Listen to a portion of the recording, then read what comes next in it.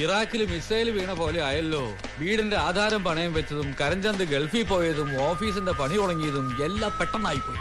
കിടപ്പാടം പോവോ വർക്കി? സാധ്യത ഇല്ലാതല്ല. ഈ വേഷം കെട്ടി കണ്ടിട്ട് ഇയാൾ ഇച്ചിരി ഓവറാണോ എന്നൊരു സംശയം. മജീഷ്യൻ സാമ്രാട്ടിനെ പോലെ. CID-കൾ എല്ലാവരും വ്യത്യസ്തരാണ്. കുറച്ച് ഓവർ ആയാലും എല്ലാവരും ശ്രദ്ധിക്കൂ. CID മൂലംകുടിയിൽ സഹദേവൻ പറയുമ്പോൾ സുഖമില്ല. നമുക്ക് പേരങ്ങ് മാറ്റിയാലോ? മൂലംകുടി തൊട്ട് കളിക്കരുത്, അത് ഞങ്ങളുടെ തറവാടിന്റെ പേരാ. CID മൂലംകുഴിന്ന് മാത്രം വെച്ചാലോ?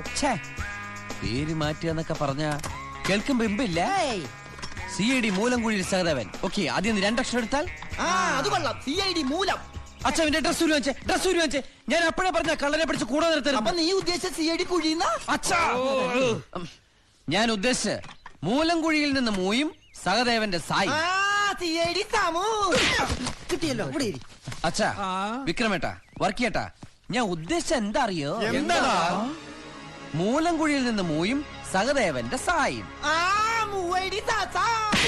മൂസ. CID മൂസ.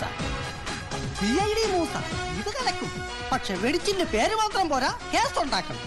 അതെ, പോലീസിനെ കൊണ്ട് സാധിക്കാത്ത നിന്നെ കൊണ്ട് കഴിയണം. അതിപ്പോ എന്ത് കാണിച്ചാൽ ഇത് ഏത് പോലീസുകാരും കഴിയുന്നല്ലേ പറയാറ്. എടത്തോരപ്പാ, നീ ജയിൽ ചാടിയവനല്ലേ? അതെ. നിന്നെ പിടിക്കാൻ ഇതുവരെ പോലീസിന് കഴിഞ്ഞിട്ടില്ലല്ലോ? ഇല്ല. വർക്കിച്ചേട്ടാ, നാളത്തെ പത്രത്തിന്റെ ഹെഡ്ലൈൻ കുറിച്ചോളൂ. പറഞ്ഞോ. പിടികിട്ടാ പുള്ളിയായ തൊരപ്പ കൊച്ചുണ്ണിയെ CID മൂസ പിടികൂടിയിരിക്കുന്നു. വർക്കിച്ച ഇതുകൂടി കുറിച്ചോ? അതിവിദഗ്ധമായ രീതിയിൽ തുരപ്പം കൊച്ചുണ്ണി CID മൂസയുടെ കയ്യിൽ നിന്ന് മൂരിപ്പോയെന്ന്.